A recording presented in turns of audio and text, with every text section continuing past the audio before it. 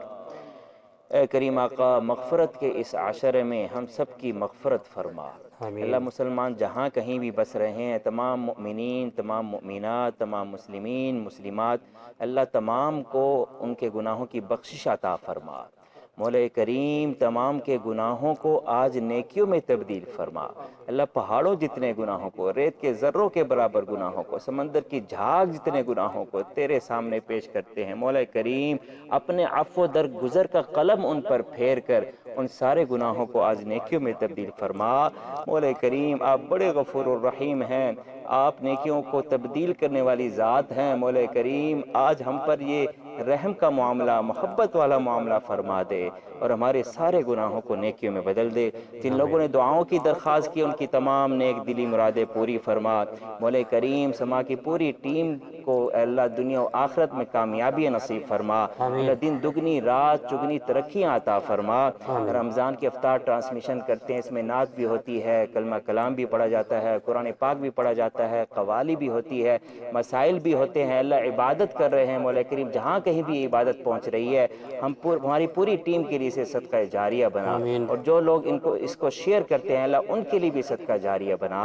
मौला करीम हमारी दुआ को अपनी रहमत से कबूल फरमा और हमें जन्नतुल फिरदौस अता फरमा और जहन्नम से आज़ादी का परवाना नसीब फरमा। जो भलाइयाँ सरकार दो आलम सल्लल्लाहु अलैहि वसल्लम ने मांगी, हमें वो तमाम भलाइयाँ अता फरमा। जिन शुरूर व फितन से सरकार दो आलम सल्लल्लाहु अलैहि वसल्लम ने पनाह मांगी, हमें भी उनसे पनाह अता फरमा। हमारी हर दुआ को अपनी रहमत से सरकार दो आलम सल्लल्लाहु तआला अलैहि वसल्लम के वसीले मुबारक से कबूल व मंजूर फरमा। सल्लल्लाहु तआला अला हबीबिही मुहम्मदिन व अला आलिही व अस्हाबिही अजमाइन बिरहमतिका या अरहमर राहिमीन।